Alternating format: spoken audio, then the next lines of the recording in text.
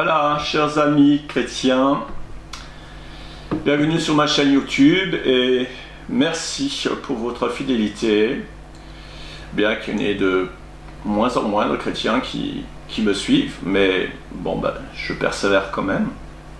Alors avant de poursuivre ma série de vidéos, qui fera suite aux deux précédentes portant sur le thème des prophéties bibliques salutaires pour notre génération, il m'a paru important d'intervenir pour vous mettre en garde contre certains enseignements eschatologiques qui se répandent d'une manière inquiétante dans les milieux évangéliques. Alors, je vous en avais fait déjà part dans ma vidéo précédente et voilà, je tiens donc mes engagements. Et cela donc fait plus de 10 ans que j'enseigne l'eschatologie avec beaucoup de crainte de Dieu, étant bien conscience de cette responsabilité, compte tenu de l'influence que peut avoir un enseignement sur l'auditeur, et sachant, comme l'apôtre Jacques le dit dans son épître, que ceux qui enseignent encourent un jugement plus sévère. Je peux vous dire que des fois, j'en suis très tourmenté, qu'il y a beaucoup de combats, je prie beaucoup le Seigneur pour ça. Ceux qui ont eu cet appel de Dieu ont aussi la responsabilité de mettre en garde leurs contemporains des éventuelles dérives bibliques, qu'elles soient avérées ou susceptibles de se manifester. Le Christ nous incite à la plus grande prudence en nous demandant de veiller et prier, surtout en cette fin des temps. Demandez chaque jour dans vos prières à Dieu la soif de vérité et du discernement et de l'intelligence dans les interprétations des Écritures, plus encore quand il est question du domaine prophétique. Les apôtres ont enseigné déjà de leur temps que des fausses doctrines surgiront de toutes parts dans le cours de la dispensation de l'Église, et plus encore dans les jours qui précéderont l'enlèvement de l'Église. La plus grande apostasie, à mon sens, pour notre génération, est certainement toutes les déviances qui discréditent l'enlèvement de l'Église, de la doctrine du pré-tribulationnisme et d'empêcher ainsi les croyants de prendre conscience de l'imminence de son retour. Plus, bien sûr, toutes les autres doctrines qui égarent les croyants et les déstabilisent dans leur foi. À l'exemple de l'apôtre Paul, il était sans compromis avec les dérives susceptibles de mettre en danger la foi des croyants en Christ. Aussi nous a-t-il donné en exemple sa façon de procéder une première fois dans 1 Timothée 1,20 et une seconde fois dans la même affaire dans 2 Timothée 2,17.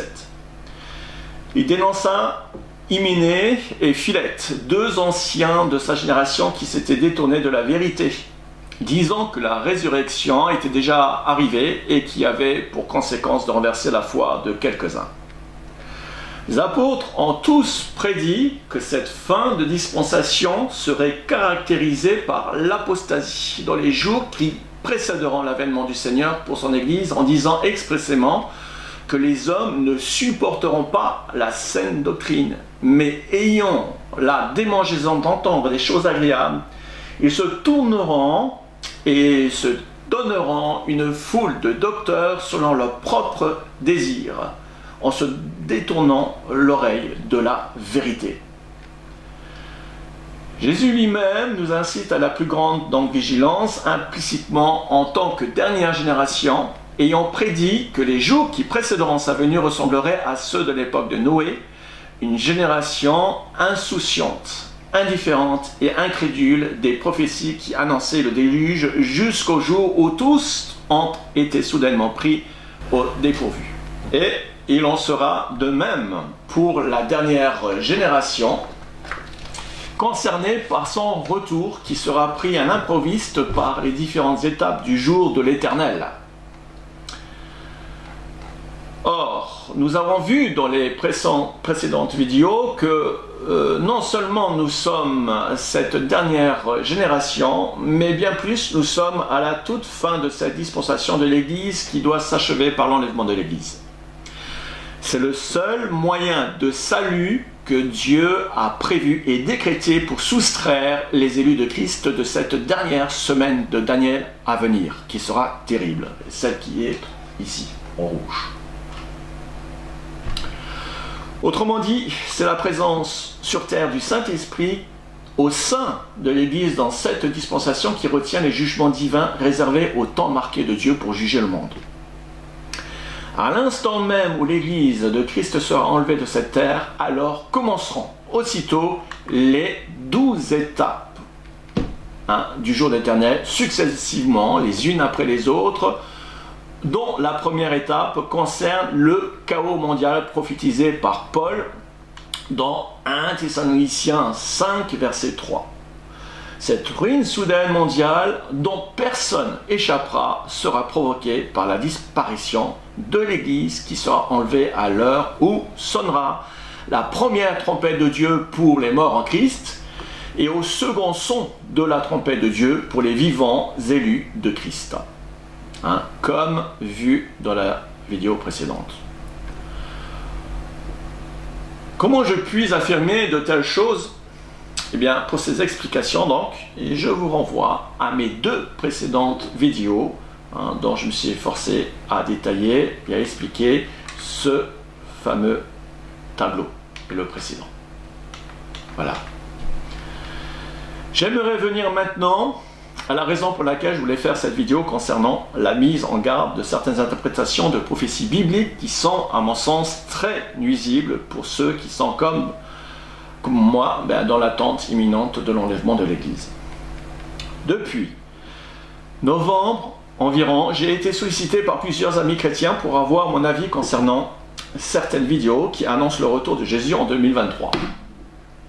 Alors le fait d'annoncer l'imminence du retour de Jésus n'est pas à remettre en cause puisque nous sommes en fin de la dispensation de l'Église, autrement dit la dernière génération qui doit assister aux événements prophétiques et qui précèdent les 2 manifestations du retour de Jésus-Christ. Les chrétiens du monde devraient être d'autant plus en alerte puisque le nombre de sentinelles qui ont reçu cet appel de Dieu est en forte augmentation. Et tous s'efforcent de répandre le cri de minuit depuis des années. Voici l'époux, allez à sa rencontre. C'est ça le cri de minuit. Certes, chacun selon l'appel et la foi qu'il a reçu.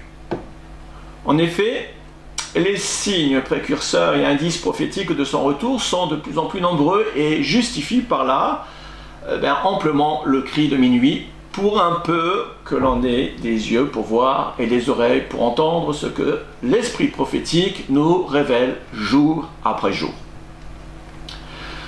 Par ailleurs, dans ce contexte de l'imminence, tous ceux qui crient « Voici l'époux, allez à sa rencontre » sont par définition des sentinelles de Dieu, qui ont pour but de réveiller les vierges dans le monde entier. Puissent ces sentinelles donc être en très grand nombre, car parmi le peuple, eh bien, la majorité des chrétiens semble s'être assoupie très profondément, à tel point que beaucoup ont déjà malheureusement décliné l'invitation de se préparer au festin des noces, comme dans la parabole de Matthieu 22, que je vous invite à lire et à relire, et à vous en imprégner. Quant au fait d'annoncer une date, cela dépend de quelle manière chacun se positionne selon les Écritures. Il est écrit dans Amos 3,7 que le Seigneur, l'Éternel, ne fait rien sans avoir révélé son secret à ses serviteurs, les prophètes.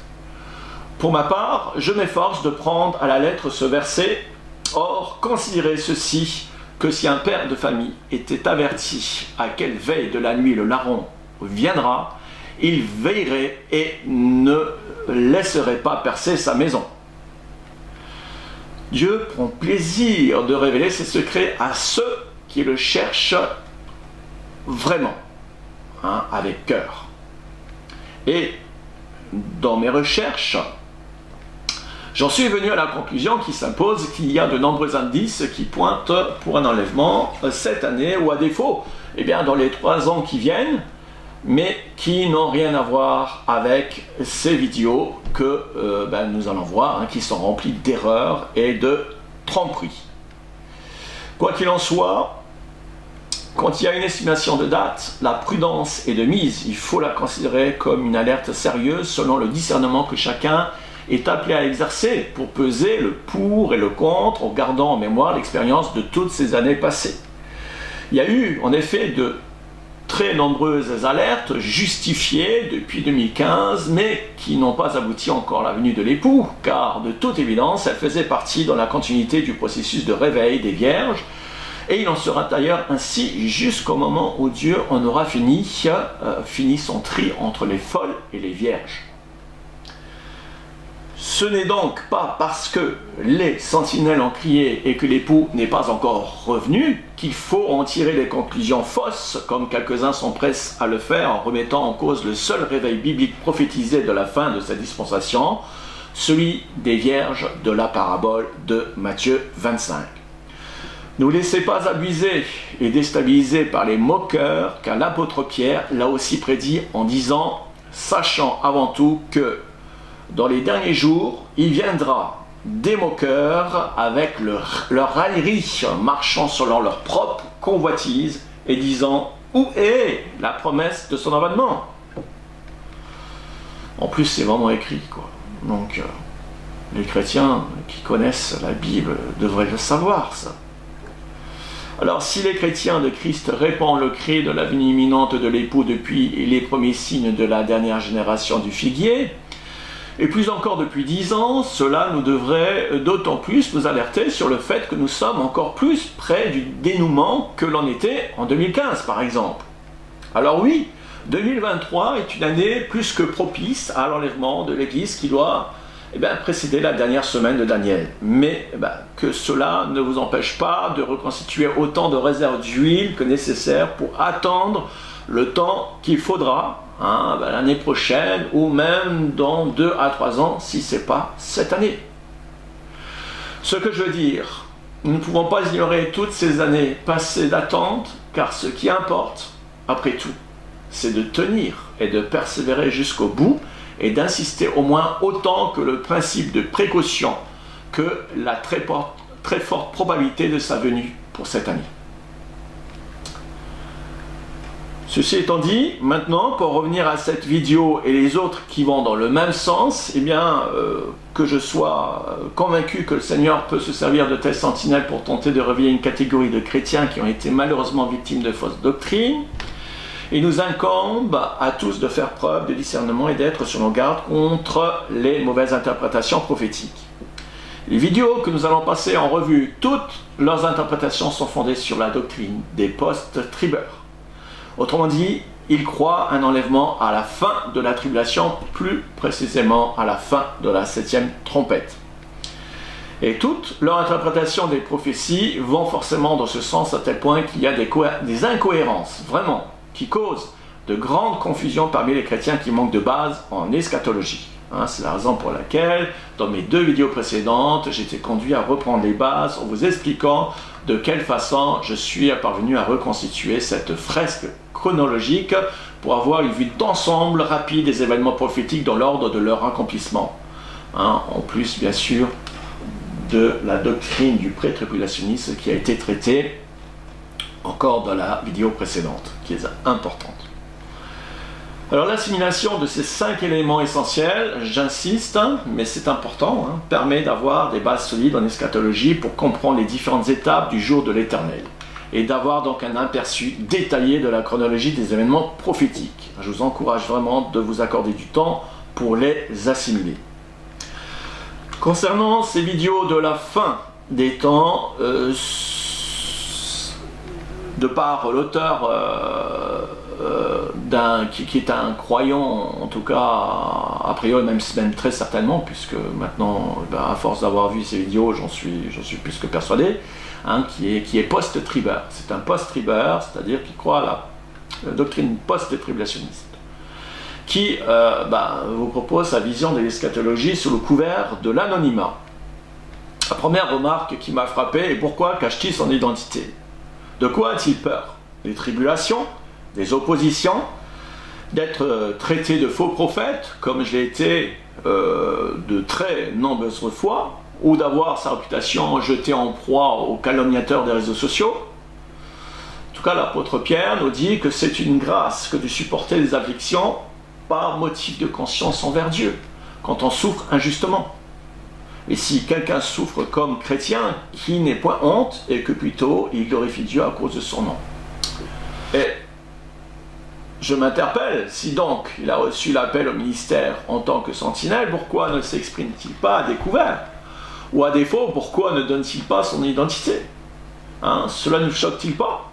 Si un homme se déclare être disciple du Christ en s'adressant au peuple de Dieu pour lui faire des révélations, la moindre des choses, c'est que le peuple soit en droit d'exiger de savoir à qui il a affaire. Non? Vous ne croyez pas? Qui d'entre les prophètes de l'Ancien Testament ou des apôtres du Nouveau Testament ont annoncé des choses de Dieu sous couvert d'un voile ou de façon anonyme? Si le Christ lui-même ne s'était pas révélé comme venant du Père, comment pourrions-nous apprendre à le connaître? Un inconnu vient à vous avec des soi-disant révélations de Dieu sur la fin des temps, et un grand nombre disent Amen à tout ce qu'il annonce sans discernement. C'est en tout cas ce qui apparaît dans les commentaires en dessous de ces vidéos. Mais ce faisant, ceux qui disent Amen à ces affirmations, ils participent, sans le savoir, à ces œuvres, à cet inconnu, en contribuant de la sorte à l'apostasie en partageant ces vidéos. Mais avant d'arriver à ces conclusions, moi je vous propose de confronter ces interprétations à la lumière des Écritures. Voilà. Je commencerai par les erreurs d'appréciation de la vidéo 11. À la 23e minute, il fait référence au livre du juste, un apocryphe, qui est certes énuméré par 2 fois dans la Bible. Cependant, il est à remarquer des incohérences de ce livre avec les Écritures dans la Genèse. Par exemple, d'après le texte qu'il met en évidence, Noé aurait prêché la repentance pendant 120 ans. Or, c'est en contradiction avec ce que l'apôtre Pierre dit dans 1 Pierre 3, 20. Voilà. Il est écrit, ceux qui autrefois avaient été incrédules, lorsque la patience de Dieu se prolongeait au jour de Noé, pendant la construction de l'arche, dans laquelle un petit nombre de personnes, c'est-à-dire 8, furent sauvées à travers l'eau. L'apôtre Pierre, ici, nous révèle par le Saint-Esprit que Dieu a accordé la repentance pendant la durée de la construction de l'arche. Or, la durée de la construction de l'arche est bien inférieure à 120 ans. Il y a donc contradiction. En effet, il est même facilement démontrable que la construction de l'arche est largement inférieure à 70 ans, car les 3 fils de Noé étaient déjà en couple lors du début de la construction, quand Dieu donna ses recommandations à Noé. C'est dans Genèse 16, 18. Or, des 3 fils de Noé, Japheth était l'aîné, c'est dans Genèse 10, 21. Il avait 100 ans au moment du déluge. Genèse 5, 32. Et Sem, le plus jeune, avait 97 ans au début du déluge, Genèse 11, 10. Et Cham, le cadet, avait forcément entre 98 et 99 ans. Ce qui veut dire que l'arche a été construite en beaucoup moins de 70 ans, car ils avaient en toute logique plus de 30 ans lorsqu'ils ont commencé l'arche. Et comme ils étaient en couple, c'est une évidence. Par conséquent, la prédication pour ramener cette génération à la repentance n'a pas duré 120 ans. Il est probable que ce soit même moins de 10 ans, car il est disposé de l'aide des animaux de la forêt. De plus, ils devaient avoir une endurance extraordinaire, puisqu'ils avaient encore à ce moment-là la possibilité de vivre jusqu'à 950 ans, presque 1000 ans. Ils avaient une condition physique qu'on ne soupçonne pas aujourd'hui. Il y a donc une erreur avec ce texte des justes, car pareil, à la 424e année, là, où c'est marqué, il n'y avait pas seulement Noé également et Métushélah comme patriarches, non, car il y avait aussi Lémec, le père de Noé, et fils de Métushélah, qui vécut après la naissance de Noé 595 ans, donc au-delà de 424 ans. C'est dans Genèse 530. Ce qui veut dire, ce texte du livre des justes est en contradiction avec Genèse 530. Voilà où je voulais en venir. Alors ce sont des détails qui ne portent vraiment pas à conséquence, contrairement à ce qui suit, et qui est donc beaucoup plus grave. Parce que le problème, c'est qu'il prend beaucoup de sources qui sont fausses, qui ne vérifient pas ces sources. Surtout des sources profanes. Bon là, ce sont des apocryphes, mais il prend beaucoup de sources profanes, comme dans les chronologies universelles. Donc ça aussi, c'est à souligner. Voilà, on va poursuivre avec cette fois-ci les erreurs d'interprétation qui sont bien plus graves de la vidéo 17 à la première minute 24 secondes jusqu'à la minute 2 et 06 secondes. Le jubilé, c'est pas tous les 50 ans, c'est tous les 49 ans et ça change tout. Voilà, c'est la façon dont il a intitulé cette vidéo. Alors, sachez que je ne prends pas plaisir de me livrer à ce genre d'exercice, hein, mais je m'efforce à suivre les recommandations des apôtres qui nous incitent à réfuter les contradicteurs. Et dans ce domaine, il me semble que je sois plutôt bien placé pour le contester. Cela fait 15 ans que j'étudie les prophéties pour ma chronologie, et en affirmant de telles choses, c'est non seulement il porte atteinte à mon ministère et à mon travail, mais surtout parce qu'il répond à la confusion parmi les croyants avec ces fausses interprétations. Chose que je vais m'efforcer à vous démontrer. Alors, ce qu'il affirme au sujet des 120 jubilés est grave, car il dénigre cette doctrine des 6000 ans de la chronologie biblique enseignée par de nombreux pères spirituels dans les premiers siècles de l'histoire de l'Église. En partant du principe que les jubilés font tous 49 ans, il arrive à un total pour les 120 jubilés de 5880 ans. Alors qu'en réalité, le cycle de jubilé fait 50 ans pour un total de 6000 ans pour 120 jubilés. Or, ceci, c'est précisément là le problème, car il n'a absolument pas pris le temps d'étudier la chronologie biblique, car ce faisant, il aurait pu s'apercevoir que l'on aboutit aux 6000 ans jusqu'à la venue de Christ sur terre. Il n'y a aucune chronologie qui aboutit à 5880 ans. Même la chronologie universelle sur laquelle il puise comme source profane, comme bien souvent, eh bien, pour toutes ces vidéos, même cette chronologie-là universelle n'a pas une marge d'erreur de 120 ans. C'est une marge d'erreur entre 30 et 49 ans, quoi. Hein, selon les chronologies qu'il y a. Voilà, la doctrine des 6000 ans, confirmée également par la chronologie biblique, n'est pas sans intérêt, car un jour de la création sur le plan prophétique fait bien 1000 ans d'histoire de l'humanité selon 2 Pierre 3, 8, soit 6 jours égale 6000 ans. Pour la gouvernance de l'homme sur le monde devant le Seigneur, un jour est comme 1000 ans, et 1000 ans sont comme un jour. Voilà. L'adverbe comme, ici, est bien traduit dans le sens de autant que, et non pas, comme lui le suggère dans ses vidéos, en la transformant par environ.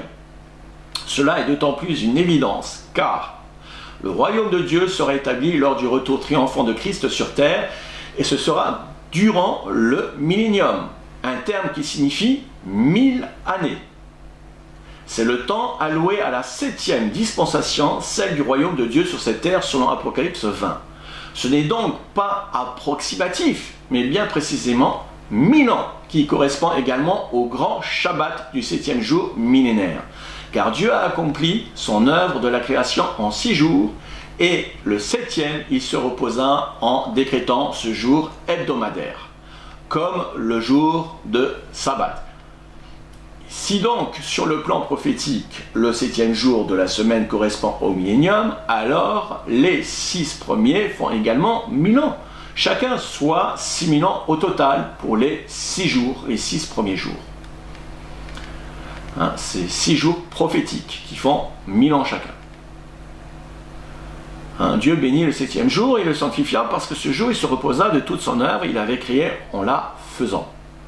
Lors de son avènement, le roi des rois établira le royaume de Dieu sur terre pour régner pendant 1000 ans, durant le millénium, la période qui correspond au grand Shabbat du 7e jour du repos de la création. L'implication de cette analogie est que le plan de Dieu alloue 6000 ans à l'humanité pour tenter aux hommes de gouverner la terre en mettant à l'épreuve leur obéissance à travers les différentes dispensations. Et à ce propos, l'auteur de l'épître aux Hébreux, c'est appliqué à faire une analogie similaire en comparant le repos de Dieu lors du 7e jour de la semaine de la création avec notre repos hebdomadaire du Shabbat, en l'assimilant au repos ultime pour les chrétiens dans le millénium. C'est dans Hébreux 4, versets 1 à 11. Cette interprétation est d'autant plus attestée par le fait que le règne millénaire de Christ sur terre, c'est dans 2 Samuel 7, 8, 17, Apocalypse 11, 15, 18, eh bien, associera les saints de tous les temps. C'est dans Daniel 7, 27, Apocalypse 5, 9 à 10. Et plus spécifiquement, les saints chrétiens sont tous les élus de Christ de toute la dispensation de l'Église. C'est dans 2 Timothée 2, 12, 1 Corinthiens 6, versets 2 à 3, Apocalypse 3, 21. Mais aussi les saints de l'Ancien Testament. Ça, c'est dans Daniel 12, versets 2 à 3. Plus tous les martyrs de la tribulation, Apocalypse 20, versets 4 à 6. Tous ces saints régneront avec le Christ pendant 1000 ans lorsque le royaume de Dieu sera établi sur cette terre. Mais ils ne seront pas ressuscités au même moment. Ça, je vous renvoie à ma vidéo précédente, ou celle d'avant encore. Par conséquent, l'affirmation de l'apôtre Pierre, un jour prophétique, est devant Dieu comme 1000 ans, dans le sens où si le 7e jour prophétique fait 1000 ans, se rapportant au millénium, alors les 6 premiers jours font exactement 1000 ans. C'est ce qui ressort également de la chronologie biblique, dont en tout cas celle sur laquelle je travaille depuis plus de 10 ans. Et c'est aussi ce que les pères spirituels avaient enseigné dans les premiers siècles. Pour revenir aux démonstrations de cet auteur anonyme, tout son raisonnement repose sur le fait que le jubilé dans le Lévitique 25 ne fait pas 50 ans mais 49 ans. Il suffit donc de trouver sa faille pour faire effondrer toute sa théorie qui s'apparente à un château de sable. Dans son explication, il arrive à cette conclusion, que le cycle de la 50e année est repris à la Shemitah suivante. Autrement dit, à la 49e année marque la fin du premier cycle du jubilé. Et la 50e année correspondrait, selon ses dires, à la première année de la première semaine d'année du prochain cycle, comme stipulé sur ce tableau. Lui, il place les 50 ans ici, le jubilé ici. Et nous allons voir que c'est totalement impossible.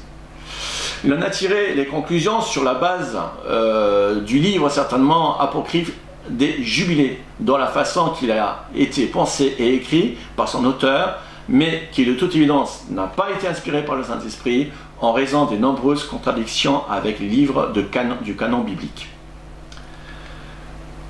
Alors, la première erreur.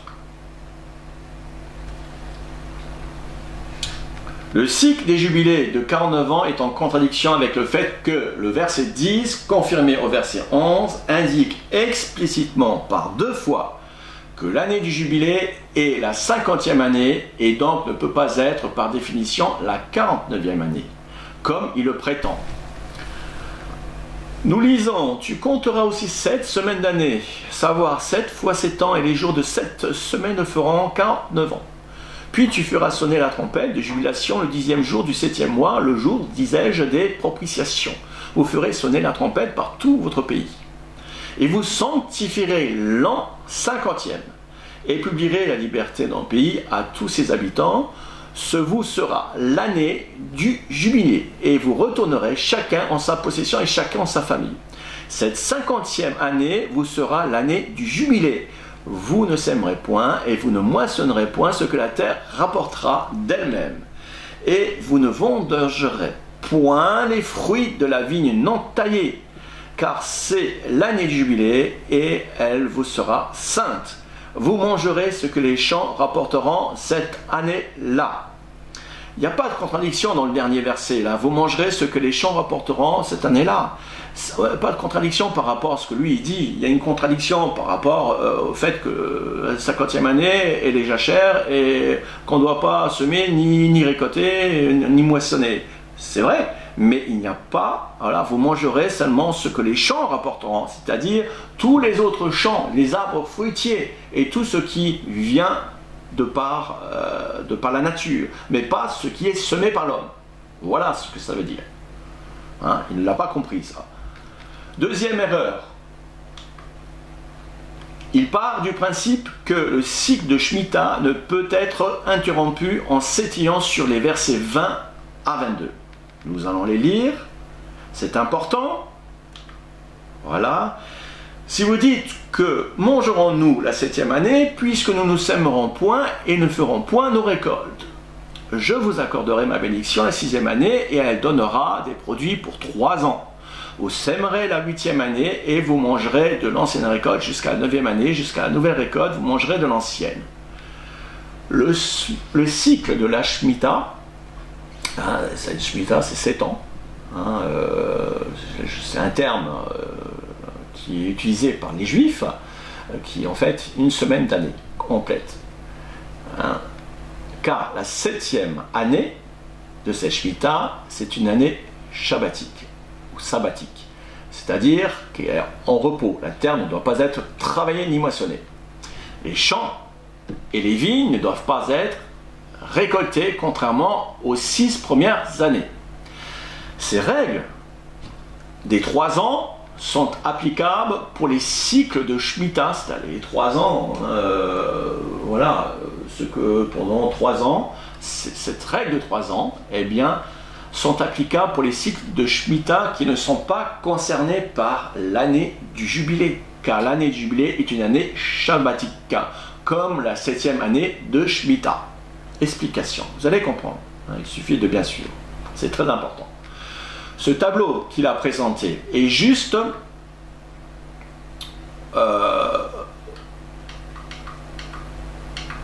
voilà, ce tableau qu'il a présenté est juste pour les 6 premiers cycles de Shemitah, ainsi que ça. Mais non applicable à l'année du jubilé, car il y aurait contradiction entre le verset 22 et le verset 11. En effet, dans la règle des 3 ans, la 7e année est sabbatique. On commence donc à ensemencer la 8e année. Mais cette 8e année pose problème pour l'année du jubilé, car c'est une année de jachère. Ce qui signifie, pour qu'il n'y ait pas de contradiction entre les deux versets, c'est que forcément le cycle est interrompu lors de la 7e Shemitah. Hein? Le cycle doit être interrompu à ce moment-là.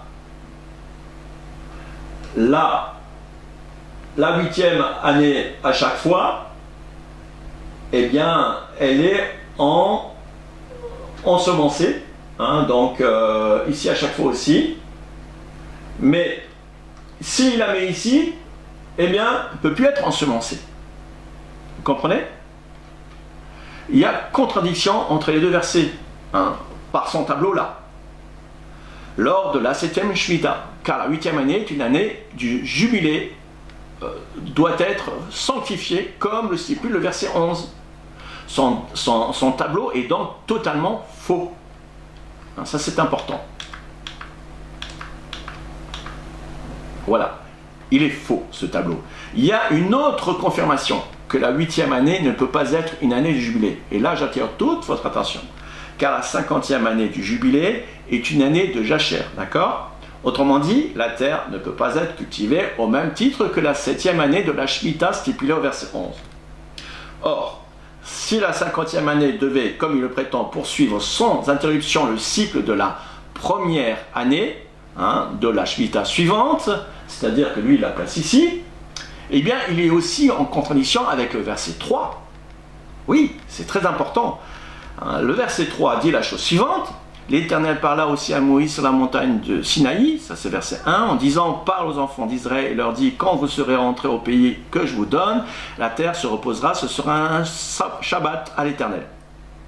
Verset 3, pendant 6 ans tu sèmeras ton champ et pendant 6 ans tu tailleras ta vigne et en recueilleras le rapport, mais la 7e année il y aura un Shabbat de repos pour la terre, et sera un Shabbat à l'Éternel. Tu ne sèmeras point ton champ et ne tailleras point ta vigne. Il est bien spécifié au verset 3 que les 6 premières années, les terres des champs et les vignes seront cultivées et récoltées, contrairement à la 7e année de la Shemitah. Et c'est donc la raison pour laquelle la 50e année du jubilé, qui est une année de Jachère, ne peut pas être en même temps la première année de la Shemitah, qui doit être obligatoirement, selon le verset 3, cultivée et récoltée. Ici, la 50e année, c'est une Jachère, et la première année, au contraire, n'est pas une Jachère. Il doit être obligatoirement ensemencé comme les 6 premières années. Donc son tableau est doublement faux. C'est impossible. Tout son raisonnement s'écroule, car il met en contradiction la parole des textes de la Torah. Son tableau, présenté de cette façon, est contradictoire avec les Écritures et donc complètement faux.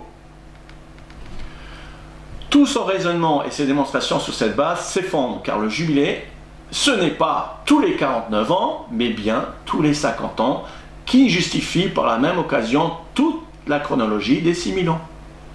Apprenez également ceci d'après le Talmud de Babylone.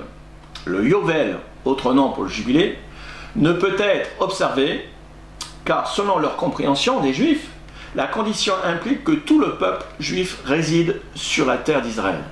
C'est pourquoi le jubilé fut aboli dès que les tribus de Ruben, Gad et la moitié de la tribu de Manassé furent exilés, et il sera rétabli seulement lors du retour du Mashiach dans la dispensation du royaume. C'est comme ça que les Juifs l'entendent. Néanmoins, le Talmud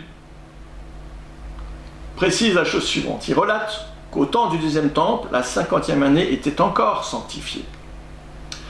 Cela fut maintenu afin de garder le même système cyclique qu'avant. C'est-à-dire que nous ne reprenions le compte des années de Shemitah qu'une fois la 50e année passée. Après que le deuxième temple fut détruit, la 50e année a cessé d'être sanctifiée. Depuis, le cycle du compte des années shabbatiques ne s'arrête jamais. La 50e année est banale et elle constitue alors la première du cycle des années shabbatiques. C'est ce qu'ils disent. Ça veut dire qu'effectivement, eux, ils suivent ce tableau-là, puisqu'ils considèrent qu'il n'y a pas le jubilé. Actuellement, on a bien ce tableau-là d'après les Juifs. Mais le véritable cycle scripturaire qui prend en compte le jubilé était antérieur au second temple, qui correspond bien à ce tableau-là. Le jubilé est bien ici. Il ne peut pas être ici puisqu'il est en contradiction avec deux versets. Ça, c'est le vrai tableau, que lui, il dit qu'il est faux, mais non, ce tableau est juste, c'est la seule possibilité. Conclusion, la seule façon possible, pour ce point-là, conclusion, la seule façon possible pour qu'il n'y ait pas de contradiction entre les différents versets des Écritures est celle dont l'histoire du peuple juif témoigne, à savoir que le jubilé fait bien 50 ans et que, comme la 50e année est en jachère, alors le cycle des Shemitah est interrompu pour reprendre, ici il est interrompu, parce qu'il y a la 50e année, et il reprend ensuite pour qu'il n'y ait pas de contradiction avec tous les versets. C'est la seule façon pour qu'il n'y ait pas de contradiction. Ce qui signifie également que la règle des 3 ans ne s'applique que, comme je l'ai dit au début, jusqu'à la 6e Shemitah, jusqu'ici, voilà, mais qu'à la 7e Shemitah, il y a interruption. Là, il n'y a pas d'interruption, mais à la 7e Shemitah, il y a interruption à cause du jubilé, qui fait 50 ans, et pas 49 ans. D'ailleurs, c'est marqué, c'est 50, la 50e année. Voilà. En définitive, l'analogie des cycles sabbatiques est la suivante. Le Shabbat hebdomadaire, c'est le cycle des 7 jours. Le Shabbat, deuxièmement, le Shabbat de la Shemitah, c'est le cycle des 7 années. Troisièmement, le Shabbat du Jubilé, c'est 7 semaines sabbatiques. C'est le cycle, en fait, des 7 semaines d'année. C'est 7 Shemitah. Quatrièmement, le grand Shabbat du Millénium, lui, c'est le cycle des 120 jubilés qui font 6 jours millénaires pour faire appliquer le plan de Dieu de salut pour l'humanité afin de faire entrer tous les croyants dans le 7e millénaire qui est le grand Shabbat, le grand repos de la paix universelle sur terre. C'est pour ça qu'il y aura le royaume de Dieu sur terre dans le millénium. Voilà. Poursuivant, les erreurs d'interprétation de la vidéo 3 sur le principe de datation. Sur le plan prophétique, nous ne pouvons pas faire n'importe quoi en appliquant des principes qui ne sont pas bibliques. Par exemple, un jour prophétique, sur le plan prophétique, enfin un jour sur le plan prophétique, peut effectivement être transformé en un an, comme dans Nombre 14, verset 34, c'est bien indiqué, et Ézéchiel 4, verset 5, où un jour également peut faire aussi 1000 ans. Voilà, comme on l'a expliqué tout à l'heure. Hein, c'est dans le psaume 90, verset 4, et dans 2 Pierre 3, verset 8. En revanche, pour le reste, là, hein, rien dans la Bible nous permet d'en déduire qu'un mois prophétique donne 30 années. Et aucun exemple de 1 an pour 360 années. C'est sans fondement biblique. Ces démonstrations ne tiennent pas la route. Il n'y a aucun exemple sur ce plan-là dans la Bible. Aucun, je peux vous le garantir. Voilà, les erreurs d'interprétation des vidéos 1 et vidéo 4 sur l'abomination prophétisée par Daniel. Ça, c'est très important. Et c'est très grave ce qu'il dit. La prophétie de Daniel qui parle de l'abomination est très importante car c'est une prophétie qui ne laisse aucun doute sur le fait qu'elle doit être commise en lieu saint dans le 3e temple qui n'a pas encore commencé à être construit et qui par conséquent est dans un futur proche comme nous allons le voir. Mais faut-il encore savoir de quelle abomination que Daniel fait allusion? Car selon ce commentateur, toujours, l'abomination serait le dôme du rocher à Jérusalem qui a été édifié sur le mont du Temple, l'actuelle esplanade des mosquées.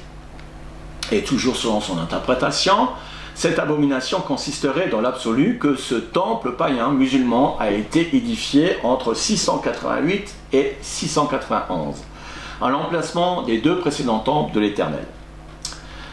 Et cette abomination commencerait à partir de cette construction de 688 de notre ère pour s'achever en 2023 en appliquant son principe de datation de 1 jour égale 1 an en rajoutant les 135 jours de la prophétie de Daniel 12. Tout d'abord, sachez que cette interprétation ne date pas d'aujourd'hui, car cela fait au moins 3 ans qu'elle circule sur Internet. Hein, c'est une vraie ineptie, car d'autres sources déjà indiquent que cet édifice a été construit en 685 de notre ère. Lui, il s'est appuyé sur différentes sources qu'il a considérées comme plus vraies, hein, puisque ça l'arrange, que les autres sources bien plus nombreuses qui attestent que c'était aussi en 685 de notre ère. Hein, j'ai fait des recherches, il y a encore plus de sources en 685 qui sont même plus sérieuses que celles qu'il propose. Mais tout cela n'a pas d'importance, aucunement, car l'abomination dont il est question dans la prophétie de Daniel n'a rien, absolument rien à voir avec cette mosquée du dôme du rocher. Hein. De plus, la prophétie de Daniel des 1335 jours ne sont absolument pas convertibles en années. Ce nombre de jours correspond exactement à la seconde période de la tribulation des 1260 jours pour les 2 périodes de 30 et 45 jours additionnels précisés dans Daniel 12, versets 11 à 12. Chose que je vous propose de voir maintenant en détail. Si vous donnez la peine, vous allez voir que c'est très intéressant et vous allez comprendre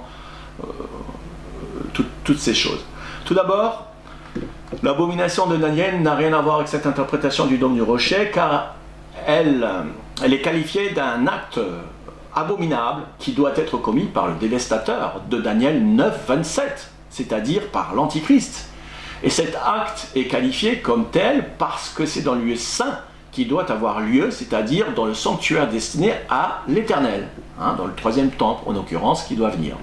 Et ça c'est dans Matthieu 24, 15 et Luc 21, 20 à verset 22. Lisons d'abord justement Daniel 9, 27, hein, c'est très important. En parlant du chef d'un peuple, allusion au verset précédent, au verset 27 donc, le chef d'un peuple fera une solide alliance avec plusieurs pour une semaine. et durant la moitié de la semaine, il fera cesser le sacrifice et l'offrande.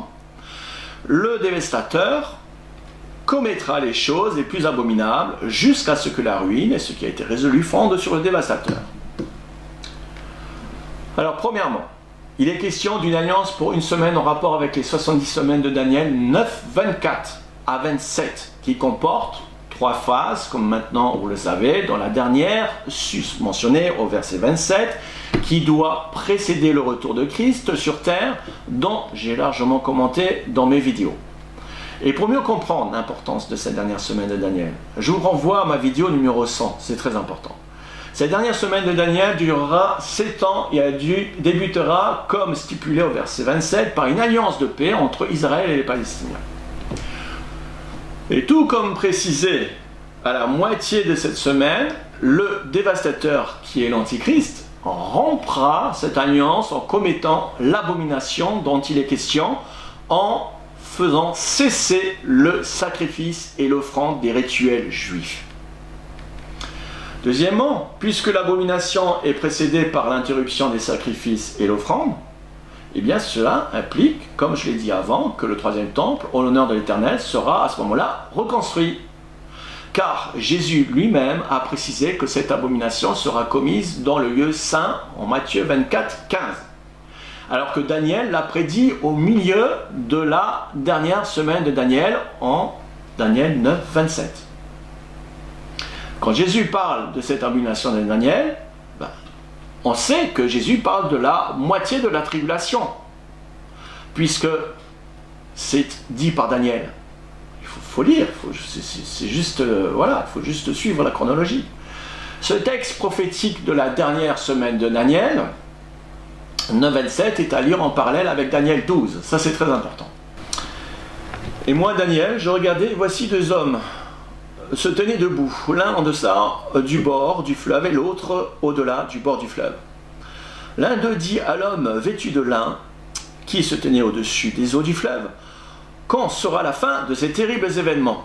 Et j'entendis l'homme vêtu de lin, qui se tenait au-dessus des eaux du fleuve, il leva vers les cieux sa propre main et sa main gauche, et il jura par celui qui dit « Éternellement que ce sera dans un temps, des temps et la moitié d'un temps, et que toutes ces choses finiront quand la force du peuple saint sera entièrement brisée, c'est-à-dire lorsque le peuple d'Israël sera brisé. » Cette expression « un temps, des temps, la moitié des temps » nous permet de situer précisément le contexte, car elle est attribuée pour désigner la seconde partie de la tribulation correspondant aux 1260 jours qui se retrouvent dans Apocalypse 12, verset 5, à lire en parallèle avec le verset 14 du même chapitre.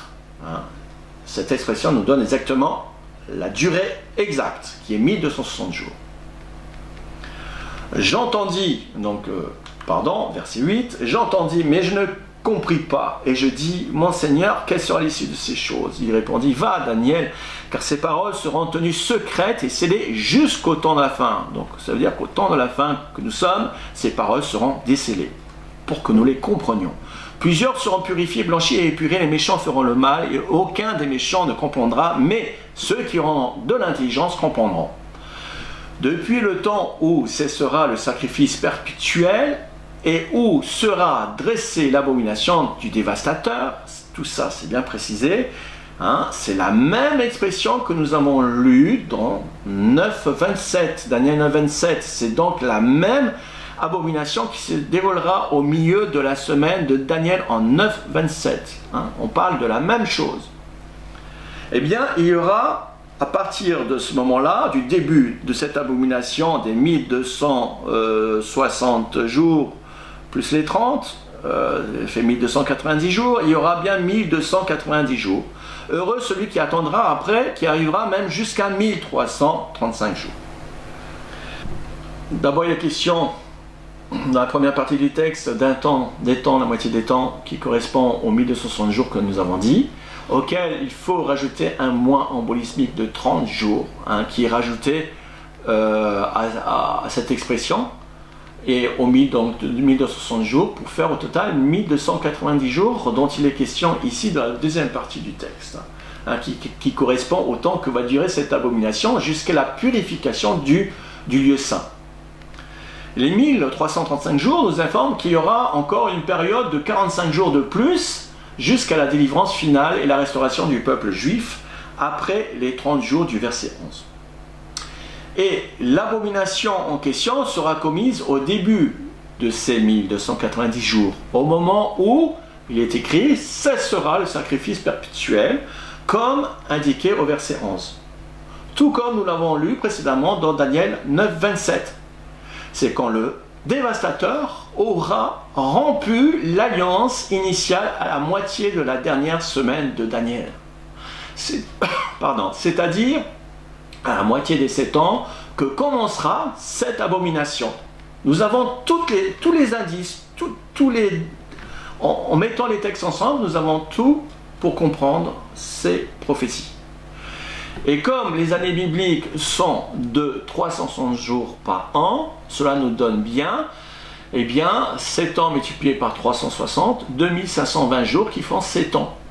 Voilà, auquel il faut rajouter 2 mois en bolismique pour cette période, parce que c'est tous les 6 ans, il y a un mois en bolismique dans le calendrier biblique lunaire des 360 jours et non pas des 354 jours. Je ne vais pas vous rentrer en détail pour ne pas vous charger de tout ça, mais ça fait bien 2520 jours, plus 2 mois en bolismique, ça fait bien 2580 jours. Que si l'on divise par 2, on arrive bien aux fameux 1290 jours dont il est question pour cette abomination qui est commise, qui va durer tout ce temps-là, dont il est question au verset 11. Alors, ces différentes périodes nous révèlent que la dernière semaine de Daniel fait bien 2580 jours, alors que la tribulation, elle, est de 2520 jours. Voilà, je ne veux pas vous compliquer trop les choses, parce que le but étant ici de vous démontrer, de vous assurer que ces explications-ci, c'est que ce sont bien des jours non convertibles en années. Les 1290 jours sont bien des jours. C'est donc une erreur considérable de déformer cette prophétie pour en faire des années, comme le fait cet auteur inconnu. Lui, il a pris les 1335 jours. Voilà, pour faire des années. L'apôtre, lui, nous donne une autre précision sur les méfaits de l'Antichrist, de cette abomination en question, en expliquant qu'elle consiste en ce que cet homme impie rentrera au milieu de la dernière semaine de Daniel, c'est-à-dire il rentrera dans le 3e temple pour se déclarer lui-même Dieu, selon 2 Thessaloniciens 2 verset 3.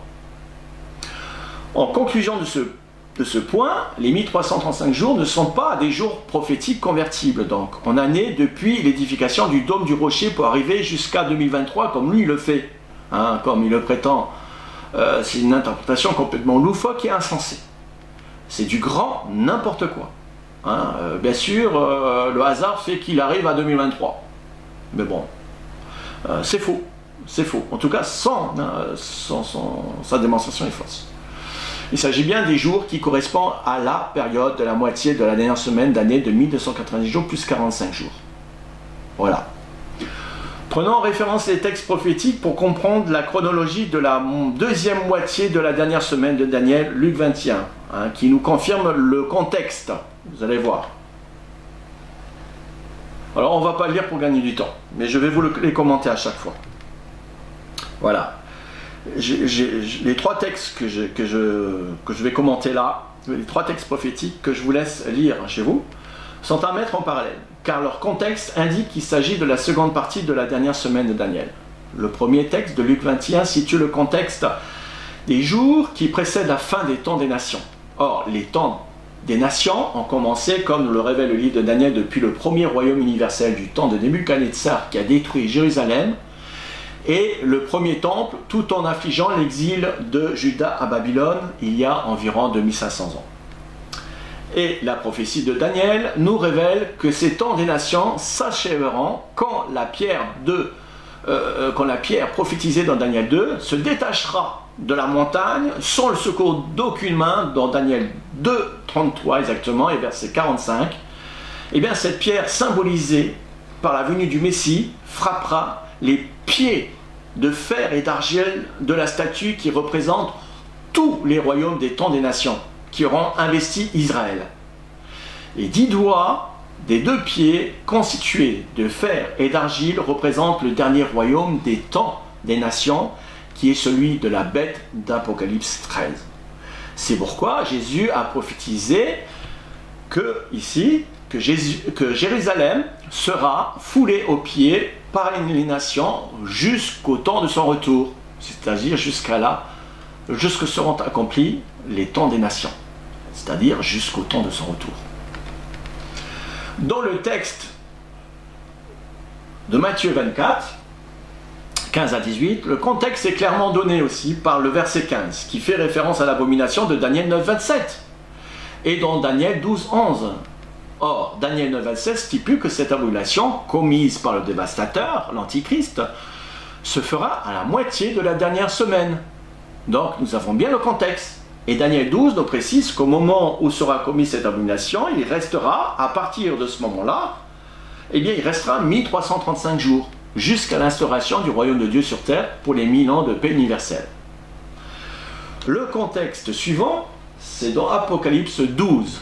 Voilà, j'ai mis les références, qui est le même contexte, puisqu'il est question également d'un temps, des temps de la moitié d'un temps, au verset 14, comme dans Daniel 12, verset 5, qui correspond à la seconde moitié de la tribulation, dont la durée est précisée au verset 6, soit 1260 jours.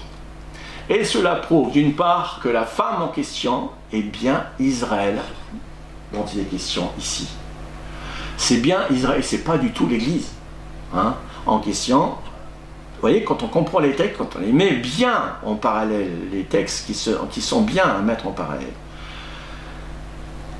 eh bien, il s'agit d'Israël qui prend la fuite à l'approche de l'armée de la bête qui assiège Jérusalem et finit par investir les lieux au milieu de la dernière semaine de Daniel.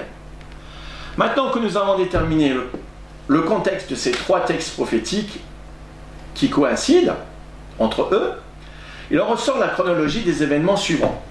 Pour le milieu de la tribulation, j'entends bien, pour le milieu de la tribulation de la dernière semaine de Daniel.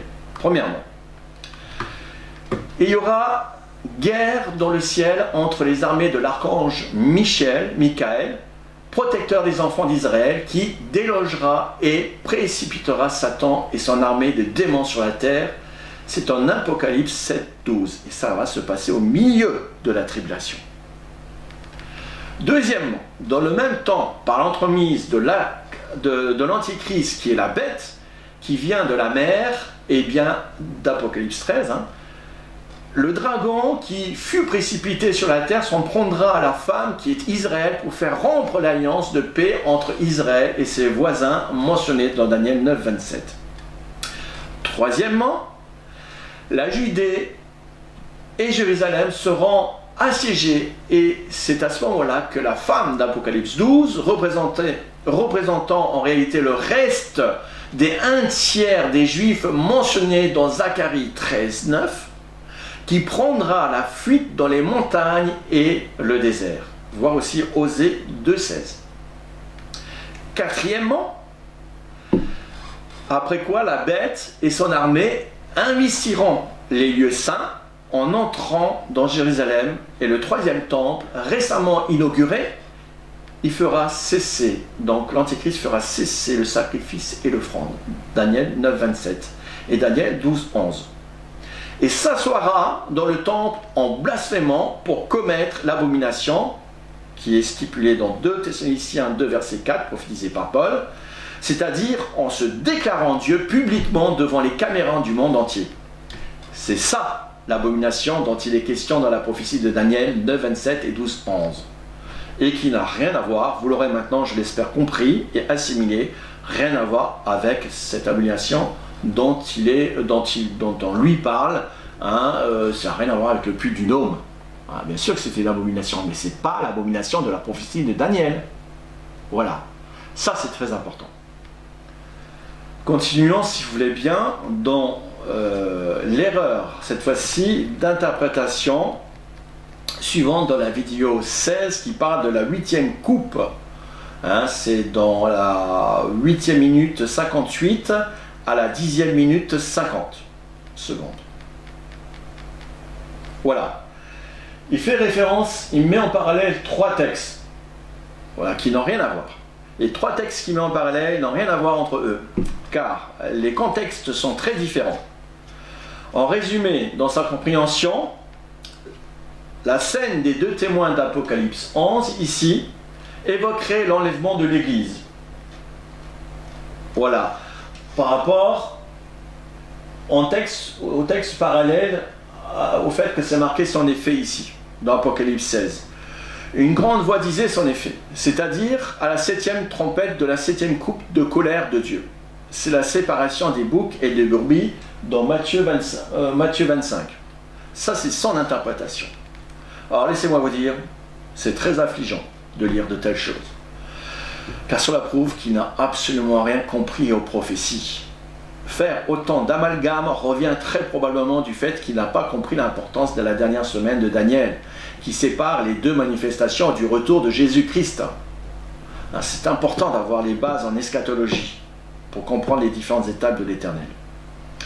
Le contexte d'Apocalypse 11, pour en revenir cette fois-ci à l'explication, des 2 témoins, leur ministère de 1260 jours s'achève en même temps que le second malheur qui s'apparente à la 6e trompette, autrement dit à la fin des 2520 jours, ou si vous préférez à la fin des 7 ans de la tribulation, ou à la fin des 1260 jours de la grande tribulation. Comment pourrons-nous savoir que les 1260 jours des ministères des 2 témoins finissent à la fin de la tribulation des 2520 jours? Bien parce qu'au verset 14, une fois qu'ils furent ressuscités, les 2 témoins, il est écrit que le second malheur est passé. Voici, le 3e malheur vient aussitôt. C'est marqué bientôt, mais en réalité, faut le traduire littéralement, ça veut dire aussitôt. Or, ce 3e malheur, eh bien, correspond à la 7e trompette. Le premier malheur, c'est la 5e trompette. Le 2e malheur, c'est la 6e trompette, comme je l'ai déjà expliqué dans les 2 vidéos précédentes. Et la 7e trompette, que j'ai expliqué en large, en long et en large, dans ma vidéo précédente, eh bien, cette trompette concerne les jugements qui doivent être déversés sur le royaume de la Trinité satanique et qui, selon Zacharie 11.8, doit durer 1 mois. C'est ça, le 3e malheur. Et cela coïncide avec la chronologie des 30 jours entre les 1260 jours de Daniel 12.5 et les 1290 jours du verset 11 du même chapitre. J'en parle en détail dans mes vidéos. Je ne fais que résumer le contexte. Remarquez cette précision que j'ai expliquée dans ma vidéo aussi précédente, à savoir que les 2 témoins sont ressuscités suite à cette voix qui dit « montez ici », d'accord, à la fin de la tribulation.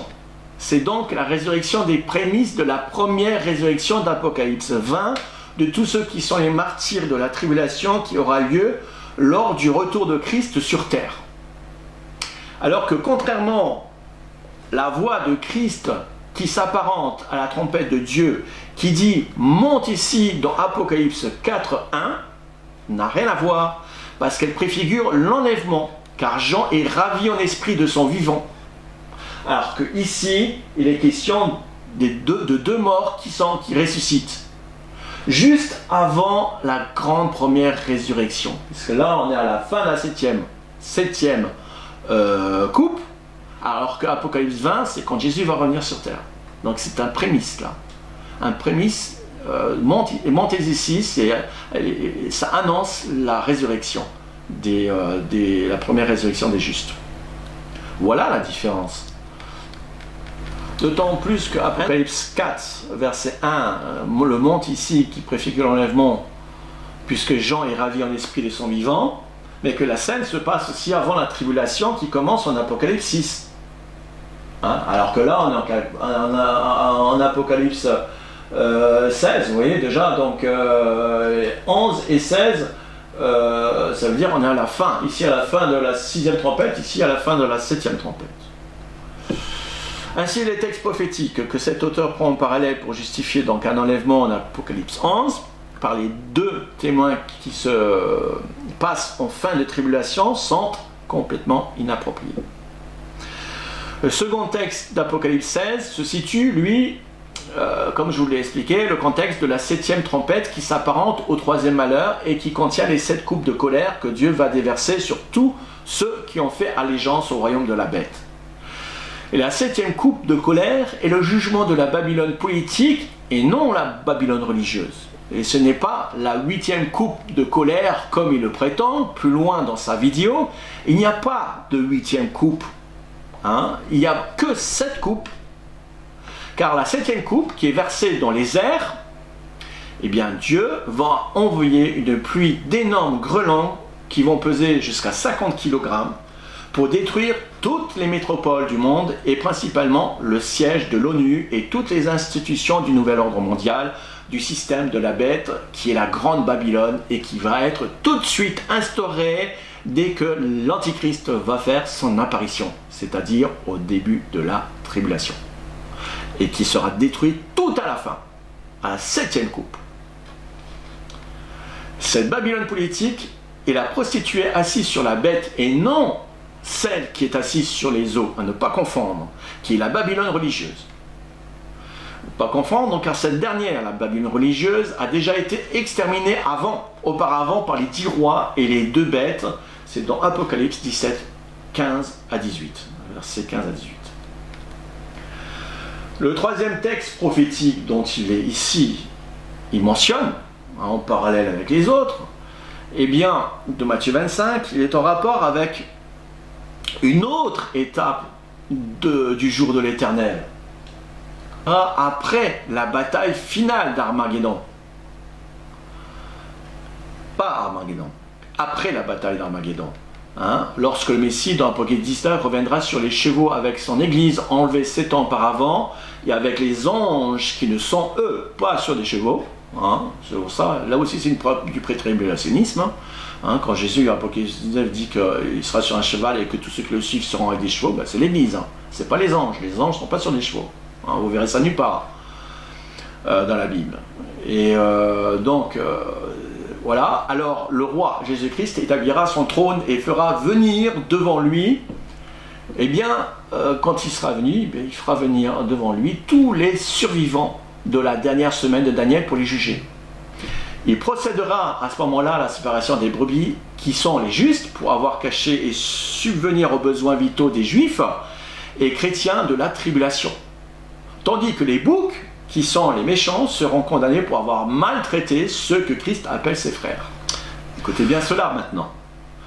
Le fait que les justes et les injustes sont toujours mélangés jusqu'à la fin, jusqu'au moment du retour de Jésus, et que la séparation des brebis et des boucs est consécutive à l'établissement du trône de Christ sur terre, prouve bien qu'il ne peut pas s'agir de l'enlèvement de l'Église, puisque Christ est déjà à ce moment-là précisément sur son trône, dans la vallée de Josaphat, voire dernier chapitre de Joël au verset 12. Si Christ, il a instauré son trône, il a établi son trône pour juger, faire le jugement des nations, des survivants des nations, des individus des nations, eh bien, la séparation des boucs et des brebis ne peut pas être l'enlèvement. C'est ridicule. Et en plus de mettre en parallèle, pardon de le dire, mais de mettre en parallèle ces textes, ils n'ont absolument rien à voir. C'est ça le problème de la chronologie quand on n'a pas les bases en eschatologie. On n'arrive pas à faire la chronologie, on mélange tout et n'importe quoi. C'est rageant. Par conséquent, les 3 textes prophétiques pris dans leur contexte n'ont absolument rien à voir donc avec l'enlèvement de l'Église, mais nous confèrent une chronologie par contre des événements prophétiques de la fin de la dernière semaine de Daniel, entre les 1260 jours, voilà, ici, à la fin des 2520 jours, enfin aux 1260 jours de la grande tribulation, jusqu'aux 1335 jours ici, à la fin, lorsque tout sera jugé par Christ, lorsque le jugement des nations sera fait. Ça nous donne une chronologie, ces 3 textes-là.